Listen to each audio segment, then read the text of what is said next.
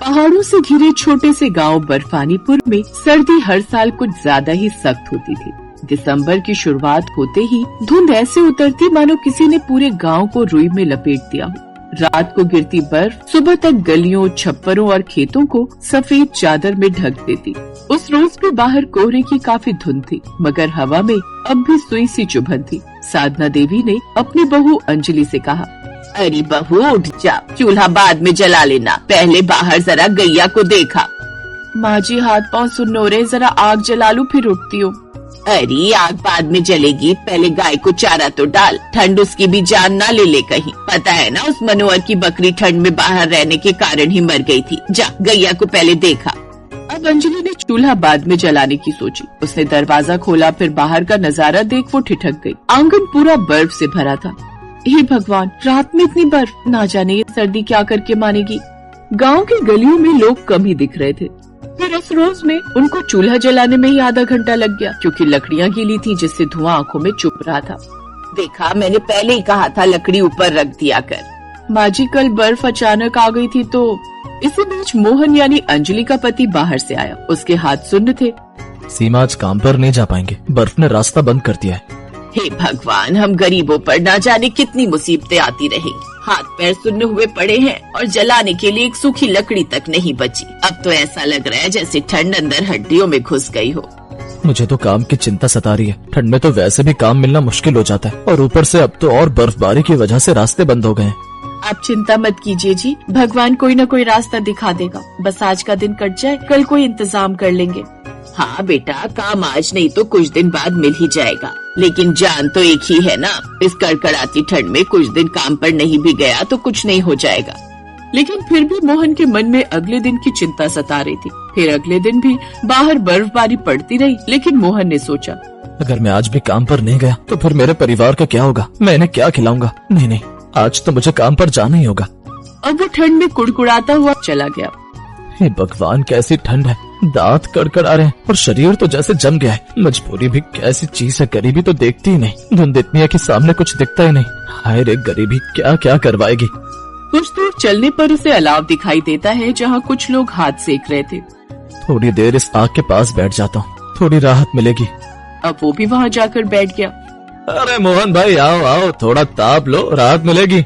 सही कहा भाई, यही सोचकर इस तरफ आ गया। काम पर निकला हूँ, लेकिन काम मिले तभी तो। इस सर्दी में काम मिलना भी मुश्किल है, लेकिन हम गरीबों को अपना पेट भी तो भरना पड़ता ही है ना।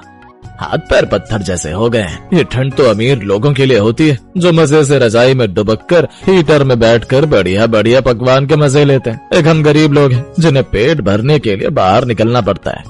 हाँ, अब पता नहीं आज भी कहीं काम मिलेगा या नहीं। वो ये सब बातें कर ही रहे थे कि तभी एक सेठ, जिसने काफी मोटे और भारी कपड़े पहने हुए थे, जिन्हें पहनकर वो अकड़ कर चल रहा था, तभी वो उनके पास आया। अरे तुम लोग मजदूरी करोगे क्या? काम ज्यादा नहीं है, बस कुछ बोरियां उतरवा कर गोदाम में रखवानी है। नहीं सेठ जी, आज ठंड बहुत है, हाथ पैर चल नहीं रहे। कल सुबह थोड़ी धूप निकलेगी तब हम आ जाएंगे। सोच लो, पैसे कमाने का मौका बार बार नहीं आता।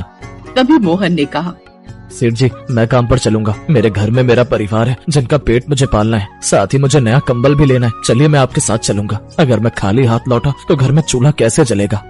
ये कहकर मोहन उनके साथ चला जाता है और अकेले ही इतनी सारी बोरियां उठाकर यहाँ से वहाँ रखता है। लेकिन शाम होते होते वो बुरी तरह थक जाता है। अपने साथ थोड़ा राशन लाकर वो घर में रख देता है, लेकिन खुद आते ही बिस्तर पकड़कर लेट जाता है। क्या जरूरत थी इतनी ठंड में बाहर जाने की? आपकी सेहत ज्यादा जरूरी है, अपना भी थोड़ा ध्यान रखिए ना। अगर काम पर नहीं जाता तो खाते क्या?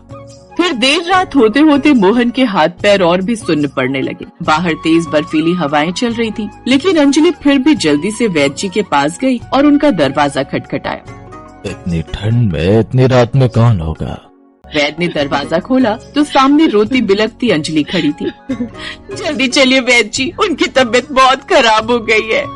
वैद्य जल्दी से उनके साथ गया, लेकिन तब तक बहुत देर हो चुकी थी। मोहन दम तोड़ चुका था। अब वो खुद तो चला गया, लेकिन अपने पीछे बूढ़ी माँ, पत्नी और 10 साल के बेटे को छोड़ गया। कुछ दिन तो जैसे तैसे उनके दिन कट जाते हैं, लेकिन धीरे धीरे घर के हालात खराब होने लगे। बहू, अभी वक्त नहीं था मेरे बेटे के जाने का, वक्त तो मुझ बुढ़िया के जाने का था, लेकिन ना जाने भगवान ने ये क्या किया। तुम बस हिम्मत मत छोड़ना, मैं तुम्हारे साथ हूँ। अपनी सास की बात सुनकर अंजलि को थोड़ी हिम्मत मिली। अपनी बूढ़ी सास और बेटे का चेहरा देखकर वो भी अपने पति की तरह ठंड में काम ढूंढने निकल जाती है। बाहर ठंडी हवा में वो लगातार चली जा रही थी। तभी एक ढाबे पर उसे बर्तन धोने और साफ सफाई का काम मिल जाता है।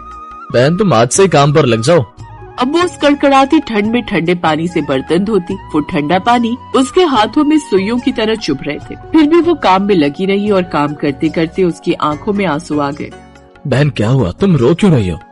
जब तक मेरे पति थे वो मुझे कभी भी कहीं बाहर काम पर नहीं जाने देते थे, लेकिन अब मुझे अपने परिवार के लिए काम पर निकलना पड़ रहा है। वो लोग इस उम्मीद में होंगे कि मैं उनके लिए कुछ खाने के लिए लेकर आऊंगी। बहन जी आप चिंता मत कीजिए, शाम को घर जाते वक्त आप यहाँ से थोड़ा खाना ले जाना। और आप चिंता मत कीजिए, जितना मुझसे हो सकेगा मैं आपकी मदद जरूर करूँगा।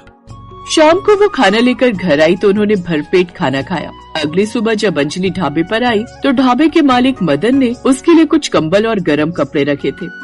बहन कल सारी रात तुम्हारे दुख के बारे में सोचकर मन भारी रहा। ये लो, ये कुछ मदद मेरी तरफ से रख लो। आपका बहुत बहुत शुक्रिया मालिक, लेकिन मैं ये दया। नहीं बहन, ये दया नहीं बल्कि आपकी हिम्मत के लिए है। कल आप इतनी ठंड में भी जिस तरह बर्तन धोती रहीं, वो सचमुच काबिले तारीफ है। ये कोई दया नहीं है, बस एक भाई की तरफ से थोड़ी मदद है। आपका बहुत बहुत शुक्रिया मालिक। शाम को अंजलि जब खाना और कंबल और गर्म कपड़े लेकर घर आई तो सब बड़े खुश हुए। तू तो बड़ी हिम्मत वाली और मेहनती है बहू। आज तेरी मेहनत के कारण हम गरीबों को भी ये नया गर्म कंबल और गर्म कपड़े नसीब हुए। अब खुश है माँ जी, तो मुझे और कुछ नहीं चाहिए। अपने परिवार को खुश देखकर अंजलि भी काफी खुश थी। अब वो और भी दिल लगाकर ढाबे पर काम करने लगी। वो वहाँ बर्तन धोने, साफ सफाई और कभी कभी तो खाना भी बनाने लगी। उसके हाथ का खाना सबको पसंद आने लगा। कुछ दिन बाद मालिक ने उसे सिर्फ खाना बनाने का काम दे दिया, साथ ही उसकी पगार भी बढ़ा दी। अब उनका ढाबा बहुत अच्छा चलने लगा और मदन और अंजलि के बीच भाई बहन जैसा बंधन बंध गया।